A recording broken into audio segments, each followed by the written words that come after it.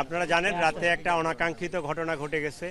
এইটা 5টার দিকে, অ্যারাউন্ড 5টার দিকে আমি 5টা 6 কন্ট্রোলে যখন ফোন করি আমাকে জানাইছে যে 5টা 5-এ এরকম একটা ঘটনা ঘটছে। তো এইটা আমরা আপাত দৃষ্টিতে দেখে যেটা মনে হচ্ছে এটা কোনো অ্যাক্সিডেন্টাল না, কেউ ইন্টেনশনালি এটা করছে, এইটুকু আমরা নিশ্চিত। তো আপনারা দেখতেছেন চতুর্পাশে এখানে প্রচুর ক্যামেরা আছে। আমরা আমাদের যে ইনভেস্টিগেটিং টিম তারা আসতেছে, আমরা ওই যে ডিজিটাল যে রেকর্ডগুলো হয় ওইটা আমরা নিব, ফরেনসিক করব, আমরা এটা ডিটেকশন করে ফেলবো ইনশাআল্লাহ।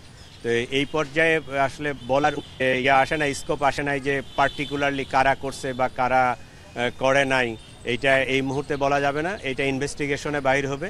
তবে প্রাথমিকভাবে ধারণা করা যায় যে এখানে দেখছেন যে 2টা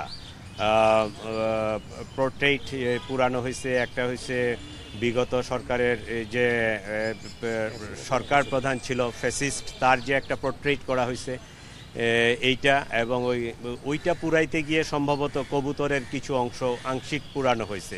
তাহলে ওই জিনিসটা যারা লাইক করে না তারাই এই কাজটা করবে, এইটা একটা মানে অনুমান নির্ভর কথা।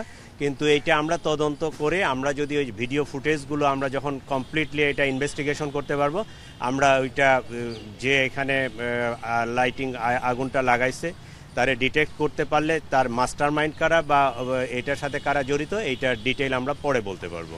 ধন্যবাদ সবাইকে। নিরাপত্তা ব্যবস্থা ছিল, পুলিশ ছিল, এখানে ঢাকা ইউনিভার্সিটির প্রক্টোরিয়াল টিম ছিল, তারাও ছিল। এইটা আমরা এখনও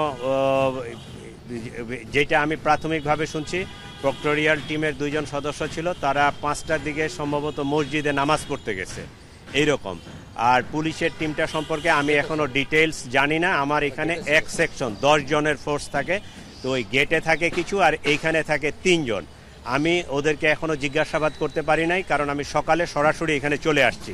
আমি জিজ্ঞাসাবাদ করার পরে জানতে পারবো যে আসলে তারা কই ছিল, কি অবস্থায় ছিল বা কিভাবে এই আগুনটা লাগলো, তাদের কাছ থেকেও কিছুটা তথ্য পাওয়া যাবে। আর ভিডিও ফুটেজ বিশ্লেষণ করলে আমরা আরও সঠিক তথ্যটা পাবো।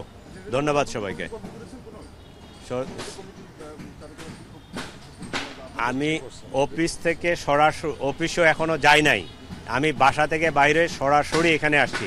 এটা অবশ্যই একটা কমিটি করব আমরা, এবং আমাদের ওই যে সাইবার টিম যারা এই ফরেনসিক নিয়ে কাজ করে তাদেরকে অলরেডি ইনফর্ম করা হয়েছে, তারা টিম চলে আসবে এই সিসিটিভির ফুটেজগুলো সংগ্রহ করার জন্য, তারা কাজ করবে এবং আমরা একটা তদন্ত টিমও করে দিব।